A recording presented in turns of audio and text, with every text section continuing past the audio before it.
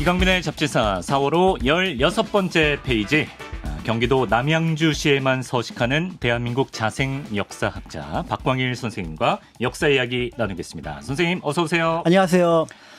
선생님은 동물 좋아하십니까? 네. 어떤 동물 좋아하시나요? 지금 이제 집에서 모시고 있는 고양이 둘. 집사님이셨구나. 네. 예. 그리고 이제 강아지. 그러니까 아무래도 귀여운 외모를 보면은 네. 마음이 좀 이렇게 스르르 녹는 느낌들이 있고요.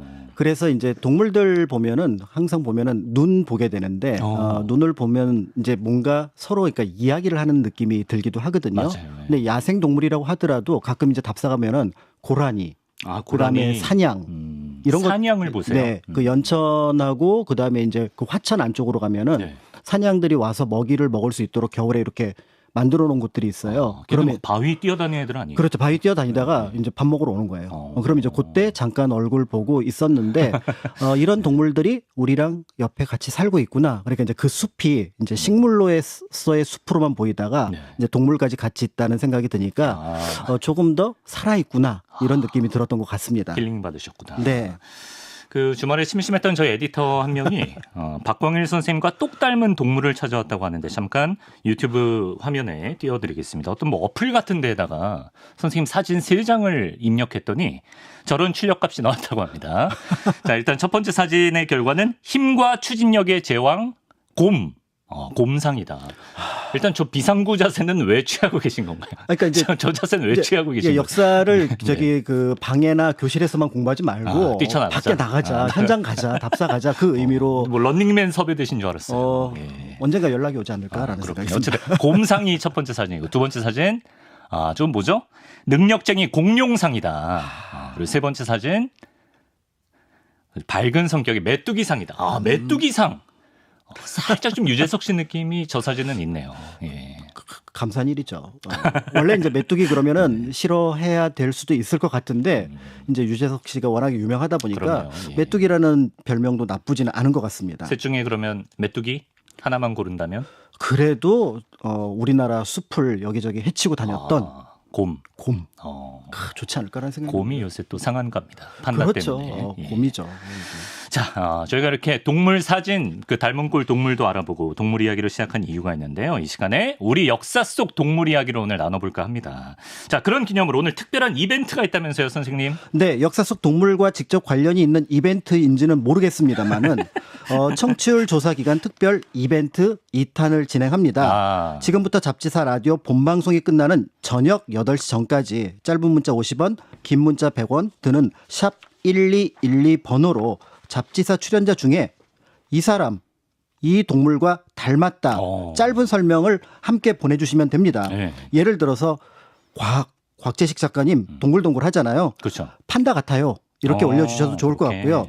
썬킴 선생님 헤어스타일 항상 머리 위로 치솟아 있잖아요. 그렇죠. 후투티 같아요. 후투티. 네, 이렇게 올려주시면 예. 되는데요. 참여해 주신 분 중에서 30분께 모바일 커피 쿠폰을 보내드린다고 합니다. 그렇습니다. 저희가 곧간 대방출하겠습니다. 대신에 이제 4월 29일까지 02로 시작하는 번호로 걸려오는 청취율 조사 전화 잘 좀 받아주시고 이강민의 잡지사 정말 또박또박 아나운서 발성으로 응답해 주시면 좋겠습니다.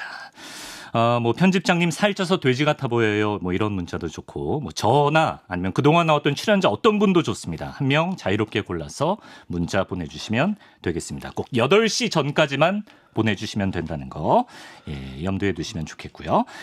자, 그럼 우리 역사 속 동물 이야기 본격적으로 들어가 보겠습니다. 선생님.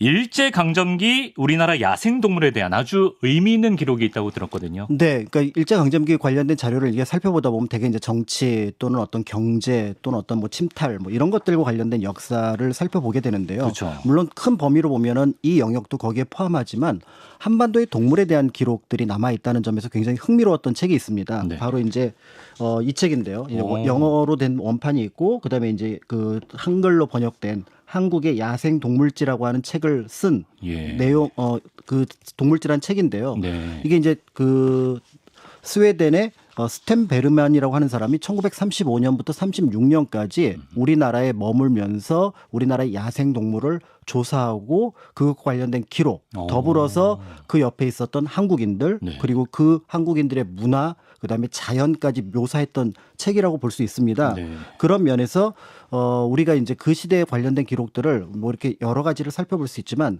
외부의 사람은 이 공간을 그리고 이 공간에 있는 동물들을 어떻게 봤을까 이런 면에서 좀 흥미로운 책이다. 야. 이렇게 볼 수 있을 것 같습니다.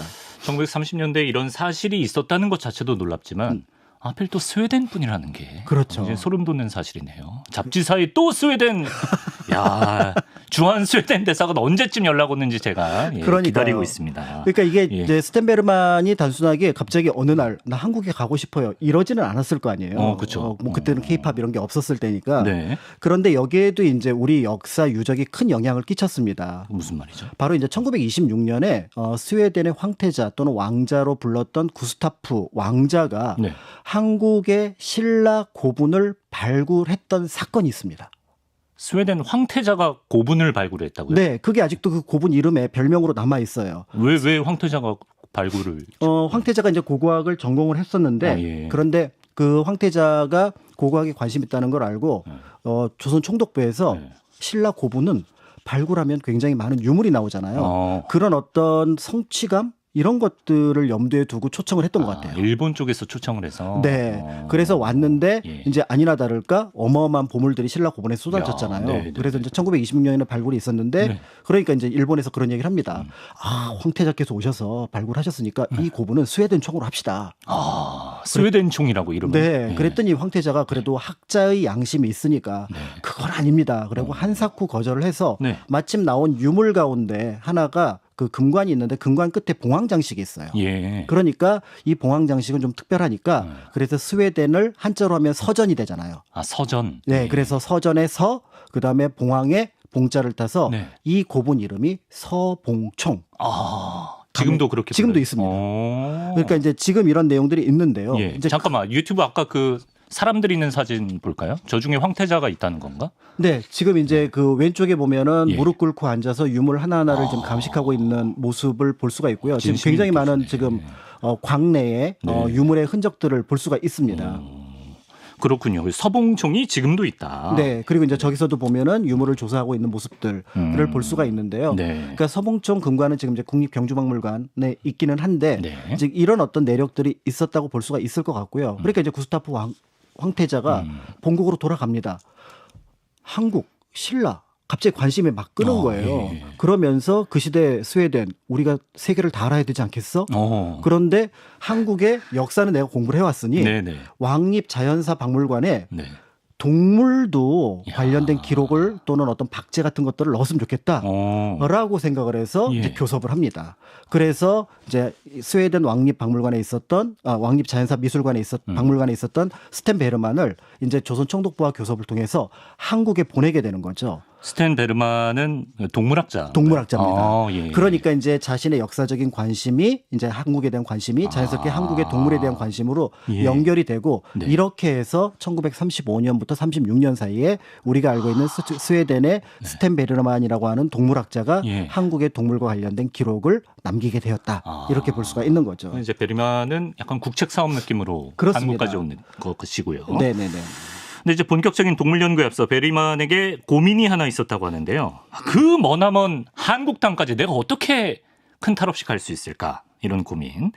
당시 이제 베리만에게 3가지 선택지가 있었다고 하는데 어떤 루트가 있었습니까? 그렇죠. 지금 같으면 어디서 환승을 할까 이 정도면은 되지만 네. 당시에는 그게 불가능하잖아요. 너무 머니까. 네. 그러니까 이제 특히 이제 스웨덴은 또 그 북유럽에서도 또 서쪽에 치우쳐 있는 나라이기도 하니까 네. 이제 고민을 했던 거죠. 그래서 첫 번째는 대서양을 횡단해서 미국을 가서 미국을 관통해서 다시 미국 서부에서 하와이를 지나서 일본 요코하마를 도착해서 한국으로 간다. 너무 돌아오는 느낌. 그렇지만 이 루트를 굉장히 많이 썼습니다. 유럽 사람들이. 가장 안전한가요? 네, 대서양 루트를 굉장히 많이 썼고 예. 그다음에 이제 두 번째 루트는 지중해를 빠져나가서 수에즈로 나가고 그리고 나서 그 아시아를 밑으로 한 바퀴 돌아서 네. 역시 중국을 통해서 한국으로 들어온다. 이게 시간은 좀 덜 걸리겠네요. 그렇죠. 네. 그런데 가만히 생각해보니까 이것도 너무 먼 거예요.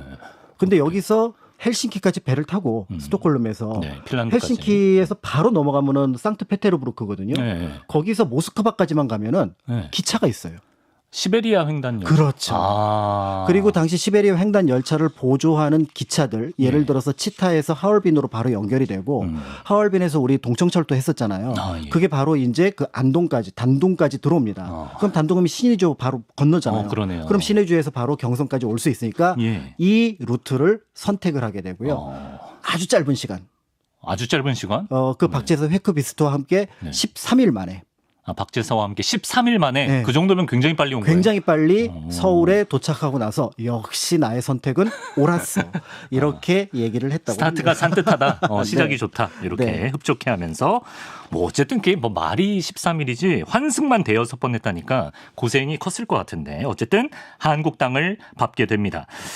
자, 그리고 뭐 여독을 풀 새도 없이 곧장 뭐 팔도 탐사에 들어간다고요. 그렇죠. 이제 연구자들의 욕심이라고 하는 것, 그다음에 이제 관심이라고 하는 것들은 이 피로를 사실은 넘어서는 부분들이 굉장히 많죠. 이 낯선 땅 한국에 왔으니까 막 보고 싶은 거예요. 그래서 기초조사뿐만 아니라 이제 디테일한 어떤 이제 동물 조사를 들어가게 되는데, 그러니까 그 누볐던 장소들을 보게 되면은 도착은 경성했지만 예를 들어 야생동물이 가장 많았던 곳이 함경도 일대, 그다음에 연해주하고 연결되는 공간 이런 것들을 봤고요. 네. 그다음에 개마고원이 원시림이 있으니까 네. 그 개마고원을 살펴보고 남한 쪽에서는 가장 유명한 곳이 지리산 일대가 되잖아요. 그다음에 또 한국의 식생 가운데 좀 독특한 모습을 보여주는 곳이 바다 제주도? 건너 그렇죠. 제주도도 가요? 그렇습니다. 와, 이렇게 이제 갔네. 움직이면서 대체로 한국 전체의 동물이 많을 만한 곳들은 다 살펴보았다. 이렇게 볼 수가 있습니다. 예. 북쪽 동물은 지금 우리도 제대로 못 보는데 그 그렇죠. 당시에 뭘 봤을지 너무 궁금해지는데 네네네네. 특히 조류에 대한 기록이 아주 방대하다면서요. 그렇죠. 그래서 이제 스텐베르만의 기록 중에서 좀 아쉬운 부분이 그때 수집해갔던 동물 또 기록해갔던 동물 특히 수집해갔던 동물의 숫자가 명확하게 나와 있지는 않습니다. 그러니까 여러 조사를 했던 기록들을 추정해 보면 대략의 숫자는 짐작해 볼 수 있는데 그런데 유일하게 기록으로 남아 있는 게 바로 뭐냐면 스웨덴에 보낸 동물 가운데 조류만 380종류였다. 그러면 이제 다른 어떤 육상에 있는 동물들이라든지 합치면. 이런 것들을 염두에 둔다 그러면 그 숫자는 훨씬 더 많아지지 그렇겠네요. 않을까 이렇게 볼 수 있을 것 같고요. 네. 실제로 그의 기록을 보면은 곰, 사냥, 멧돼지, 표범 이런 것들에 대한 기록들이 곳곳에 남아 있거든요. 네. 그렇다고 한다 그러면 굉장히 2년 동안 꼼꼼하게 한국의 동물들에 대해서 조사를 하고 또 표본을 채집해 갔다라고 알 수가 있는 거죠. 네. 자, 그 수많은 동물들 중에 베리만이 가장 관심을 보인 동물이 뭘까 좀 궁금해지는데, 좀 의외네요. 지금은 이제 멸종위기종이 돼버렸죠. 하늘다람쥐에 베리만이 관심이 많았다고. 네, 오기 전에 이제 사전 조사를 하잖아요. 네. 그런데 조선 일대의 특산 그 동물 가운데 하늘다람쥐가 있다는 걸 알고요. 네.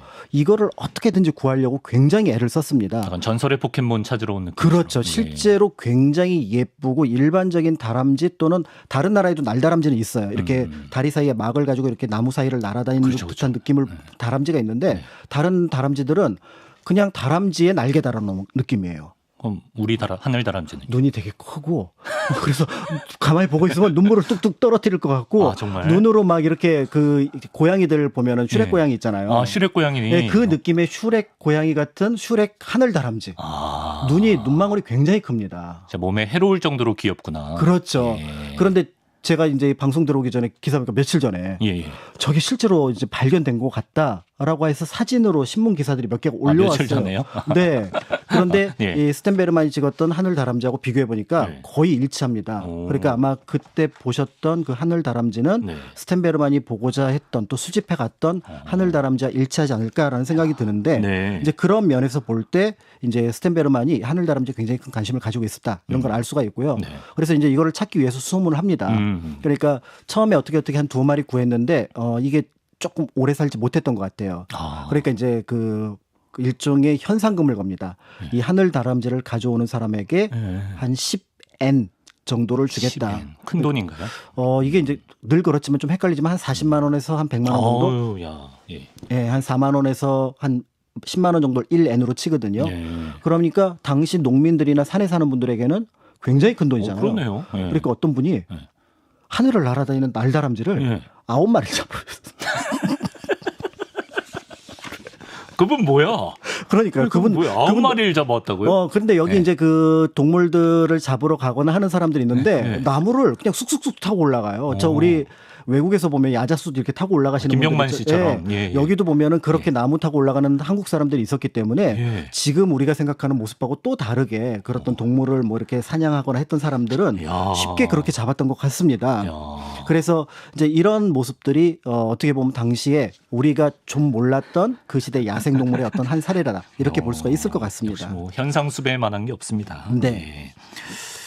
근데 우리 에디터가 포털 사이트에 하늘다람쥐 검색을 해봤더니 하늘다람쥐 분양가라는 키워드가 나온다고 하고 실제로 가정에서 하늘다람쥐를 반려동물로 기르는 분들이 꽤 있다고 하는데 이게 되나? 멸종위기 중인데. 그렇죠. 그러니까 실제로 여기서 나오는 하늘다람쥐는 보통 날다람쥐라고 부르는 네. 다른 나라, 미국이라든지 이런 나라의 외래종이군요. 외래종 다람쥐를 가리키고요. 그래서 아까 말씀드렸던 것처럼 다람쥐인데 날개만 있는 것과 눈망울이 둥글둥글 커서 보고 있으면 뭔가 빨려 들어갈 것 같은 예. 그런 다람쥐의 차이라고 보시면 될 것 같고요. 최근에 기사가 떴기 때문에 검색해 보시면 그 사진과 제가 보기에는 좀 일치하는 것 같은데 여러분들이 보시고 판단을 하시면 될 것 같습니다. 아직 우리 야생에 있긴 있다. 네. 이렇게 보시면 되겠습니다. 주로 야행성이래요. 그래서 실제로 낮에 보기 어렵고 네. 굉장히 숲이 깊어야지만 다닐 수 있고 그걸 9마리를 잡아왔다고? 그때는 야, 그랬던 거죠. 이렇게 좀 흔했다고 볼 수가 있는 거죠. 예. 네. 저는 사실 그 베리만이 가장 관심 가졌던 동물 했을 때 아무래도 이제 기껏 이제 한반도까지 왔으니까 백두산 호랑이 궁금해하지 않았을까 싶었는데 호랑이는 안 찾아다녔나요? 당연히 찾으러 가죠. 아, 그래요? 한국은 호환의 나라잖아요. 호환마마, 호환. 호환의 나라잖아요. 예. 그러니까 당시 1880년대, 90년대 러시아 사람들도 한국에 와서 호랑이가 무섭다고 또 프랑스 사람들이 남겨놓은 여러 가지 기록물을 보면 호랑이에 습격당하는 마을, 사람들 이런 기록들을 그림으로 그려놓기도 했었거든요. 예.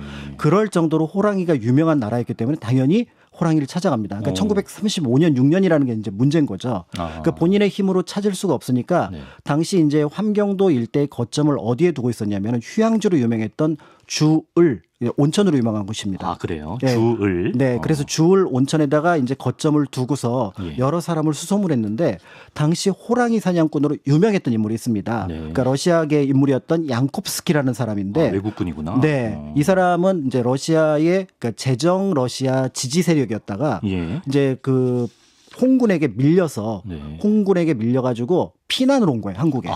왜냐하면 17년에 볼셰비키 혁명이 일어났기 때문에 예. 이제 러시아 일대는 살 수가 없어서. 근데 이 사람의 직업이 사냥꾼이었던 거예요. 사냥꾼. 그래서 이제 뭐 호랑이를 잡았니 어쩌냐 해서 이 사람하고 접촉을 하게 되는데 그 양콥스키가 그런 얘기를 합니다. 네. 한 20년 전까지는 네. 내가 호랑이를 직접 잡기도 했고 그런데 요 근래에는 내 호랑이 새끼 2마리 찾아낸 거 외에는 호랑이를 한 15, 16년 동안 잡은 적이 없다. 그러니까 10년, 20년 사이에 호랑이가 없어졌다는 거죠. 그렇죠. 우리나라 호랑이 절멸기를 대체로 1920년대 중반으로 보거든요. 예. 그러니까 이게 35년이니까 양코프스키의 말은 정확한 당시의 사실을 얘기하는 것 같고 그럼 뭐 일제가 호랑이를 사냥했던 부분들도 있는 거죠. 예. 그러니까 이제 결국은 1920년대 중반을 훨씬 지난 이 시기에 양코프스키는 본인 기준으로는 안타깝게 호랑이를 보지 못하게 되고요. 그래요. 그렇지만 희망의 끈을 놓지 않고 예. 아까 현상금 걸었잖아요. 이번에도 하늘다람쥐. 이번 더 비싸게 걸어요. 그래서 혹시 네. 호랑이를 보았거나 호랑이 새끼를 데리고 있는 분은 네. 저에게 연락 주시면 큰 보상을 하겠습니다. 이번에도 통하나요? 그래서 또 연락이 와요. 연락 와요. 연락이 예. 와요. 그래서 예. 처음에 이제 그 베르만이 얘기를 합니다. 네. 좀 가져다 주시죠. 새끼라고 하던데. 그랬더니 아니 목마른 사람이 운물 파야지. 오시오. 네가 와라. 강 큰 아저씨였던 것 같아요. 예. 그래도 호랑이라니까 가야 되잖아요. 네. 그래서 이제 주인장 이제 쌀이문 열고 저기 혹시 여기가 그 집이요? 그랬더니 맞소. 그랬더니 호랑이 새끼는 그랬더니 저기 묶어놨다는 거예요. 예. 마당에 묶어놨다는데 뭐야? 호랑이 너무 귀여운 거예요. 그럼 뭐예요? 예. 새끼라서 귀여운 거 아니에요? 물론 호랑이 새끼 되게 귀엽잖아요. 근데 얘는 정말 귀여워요. 스라손입니다. 스라소니. 네. 그러니까 한반도의 육식 동물의 체계. 그러니까 스라소니는 좀 귀가 뾰족한 편인데요. 네. 덩치 기준으로 보면은 고양이과 동물 중에서 호랑이, 그다음에 표범, 그다음에 스라소니, 그 밑에 삭. 그다음에 그 밑에 그 옆에 고양이. 고양이. 그러니까 고양이보다 조금 큰 정도였겠네. 그렇죠. 근데 굉장히 커서 사냥이라든지 때에 따라서 멧돼지를 사냥할 정도였다고 하니까 맹수인 거는 분명한데 새끼 스라손이니까. 새끼 스라손인 거예요. 그러니까 이게 호랑이라고요? 라고 물었는데 호랑이 맞다고. 이렇게 그 멀리까지 갔는데. 네, 맞다고 한 거죠. 그렇지만 너무 귀엽잖아요. 그리고 중요한 건 호랑이뿐만 아니라 다른 동물에도 관심이 있었기 그렇죠. 때문에 그 꼬맹이를 사가지고 와서 사진도 찍어놓고 놀려주기도 하고 털실 던져갖고 노는 거 보기도 하고. 진짜로. 그렇게 했던 사진들이 남아 있는데요. 제가 그 사진 볼 때마다 와, 저 정도면 길러도 되겠구나. 그렇지만 이제 기르고 나면 문제가 되겠죠. 커지면. 그렇죠. 커지면 문제가 될 것 같습니다. 그리고 그것도 그렇고 타지까지 와서 많이 외로웠을 것 같아요. 그래서 뭐 반려스라손이 귀여운 친구 있으면은 같이 놀아주고 그러지 그러니까 않았을까. 제가 잘 몰랐는데 이제 아프리카 쪽에 이제 그 치타 같은 경우가 거의 큰 고양이라고 하더라고요. 치타 키우는 분들도 예전에 계셨잖아요. 그런 느낌에서 본다면 스라손이도 귀엽지 않았을까 이렇게 생각이 듭니다. 그런데 우리나라 오랜 속설 중에 호랑이 새끼가 버려져서 악착같이 살아남은 게 스라손이다라는 속설이 있을 만큼 이제 호랑이 새끼를 뭐 스라손이라고 부르는 경우도 있었고 이제 새끼 호랑이를 가리키는 개호주가 스라소니를 지칭하는 경우도 있었다고 하니까 그걸 뭐 악용한 건지 그분이 사기 거래를 일부러 한 건지 진짜 몰랐던 건지 모르겠지만 그분은 아마 이제 그렇게 생각을 했겠죠. 이건 우리 호랑이 새끼라고 부른다. 그렇게 불렀을 수도 있을 것 같으니까 이제 요런 내용들이 있지만 그럼에도 그 덕분에 우리는 베르만의 기록 속에서 특히 사진 속에서 스라소니의 아기의 모습을 새끼의 모습을 볼 수 있습니다. 스라소니도 지금 멸종위기종이겠죠? 멸종위기종입니다. 그러니까 우리나라 지금 이제 그 한반도에서 가장 무서운 맹수라고 그러면 담비 정도를 꼽거든요. 그리고 살근 담비에 비해서는 덩치는 크지만 그 정도의 어떤 살생 능력을 갖고 있지는 못합니다. 왜 이렇게 잘하세요? 예전에 백두대간 그 동물 자료 이렇게 전시한 전시관들이 곳곳에 있거든요. 거기 갔는데 그 학예사분이 너무 열심히 설명을 하시는 거예요. 그래서 이렇게 설명을 하시면서 그래서 왜 멧돼지가 많은 줄 아시냐고. 호랭이만 있었으면 얘네들이 이렇게 왔다 갔다 못 한다고. 막 그래서 예전 사람들은 멧돼지를 잡으면 좋아하지 않았답니다. 그래요? 멧돼지가 있는 곳 뒤에는 호랑이가 있기 때문에 호환이 있기 때문에 그렇게 얘기를 하는데 그런 얘기도 역사의 얘기일 수도 있겠지만 또 한편으로 들어보면 옛 어떤 우리의 자연에 관련된 얘기라서 재미있게 들었던 것 같습니다. 예, 그렇습니다.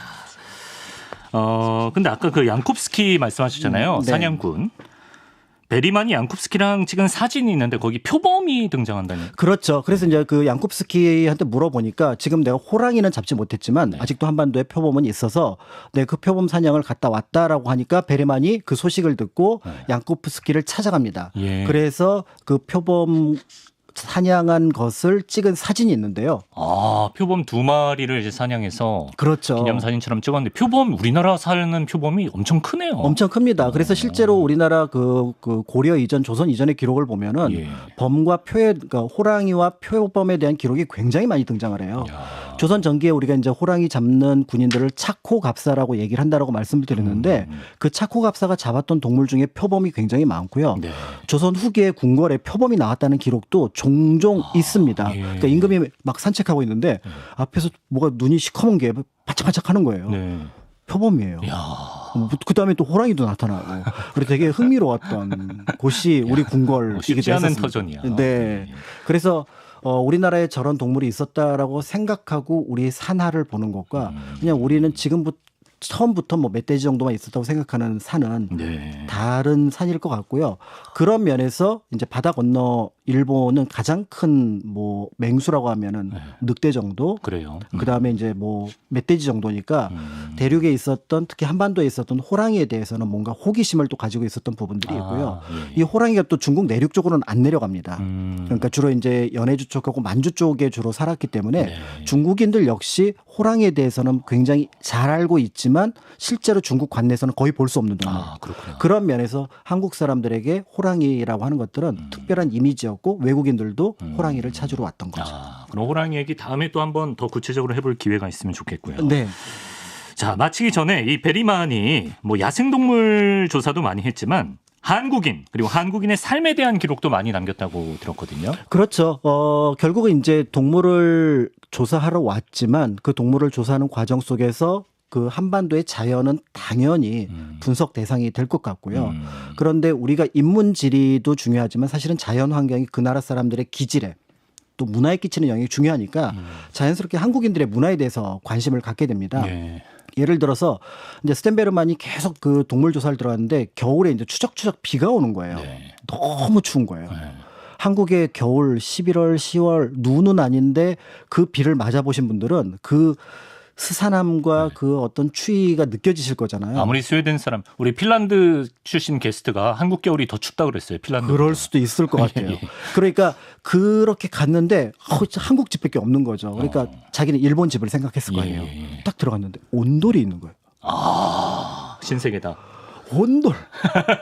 이 여기에 온돌. 그래서 이 몸이 녹았던 거예요. 함경도 일대에서 야. 그 추위에 고생하고 왔는데 너무 좋았다고 기록으로 남겨놓았습니다. 예. 그러니까 이 한국의 추운 자연과 어울리는 온돌에 관심을 갖게 되면서 이제 한국 문화를 보는 눈이 확 달라진 거죠. 일본하고 다르구나. 아, 다른 나라였어. 다른 문화구나. 그러면서 이제 한국 사람들을 하나하나 조사하기 시작하니까 한국 사람들한테 이제 그 통역을 통해서 물어봤던 것 같아요. 당신은 어떻습니까? 어떤 나라 사람입니까? 이렇게 물어봤을 때 한국 사람들의 대답이 대체로 나오는 게 자기가 중국인이거나 일본인으로 오인되는 것, 오해를 받는 것이 싫다. 아, 이미 식민지가 된 지 20여 년이 그렇죠. 지났고 그들이 만났던 사람들은 도회지에서 벗어났던 시골 사람들이었는데 네네. 그들조차도 아직도 한국의 정체성을 가지고 있는 거예요. 그걸 이제 기록으로 베리만이 남겼어요. 그렇습니다. 그러다 보니까 예를 들어 색동옷을 입은 한복을 입은 꼬마 아이들 설날에. 그렇죠. 그다음에 이제 그 초상을 당해서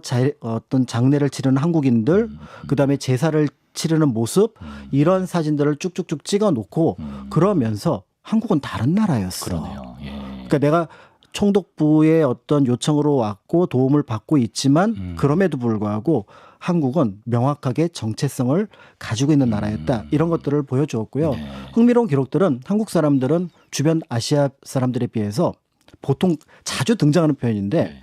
덩치가 크다. 아, 덩치가 크다 그런 기록이 있다. 뭐 잘생기고 덩치가 크다 뭐 이런 거. 그다음에 두 번째가 잘생겼다. 근데 네. 여기 사진 속에 등장하는 한국인들 얼굴 보면은 네. 잘생기셨어요. 아, 정말. 호남이에요. 아, 궁금하다. 네, 그래서 그런 모습들이 서양 사람들에게도 전혀 타지의 사람들에게도 네. 인상 깊었고 그래서 짧은 시간 봤을 때는 한국, 중국, 일본을 구분을 못했겠지만 네. 두 번에 걸쳐서 2년 동안 한국을 왔던 이 스탠베르만이 보기에는 한국은 동물뿐만 아니라 역사도 자연도 그리고 문화도 조금은 다른 나라였다. 독자적인 나라였다라는 걸 알게 됐다. 이런 부분이 또 이제 관심이 되는 부분입니다. 네, 오게 된 뭐 배경을 떠나서 아주 의미 있는 기록을 남긴 스웨덴 동물학자였습니다. 일제강점기 우리나라의 야생동물을 포획하고 이를 기록한 스웨덴 출신 스탠 베리만의 한국 야생동물기 그 이야기를 오늘 들어봤습니다. 박광일 선생님 오늘도 말씀 고맙습니다. 감사합니다.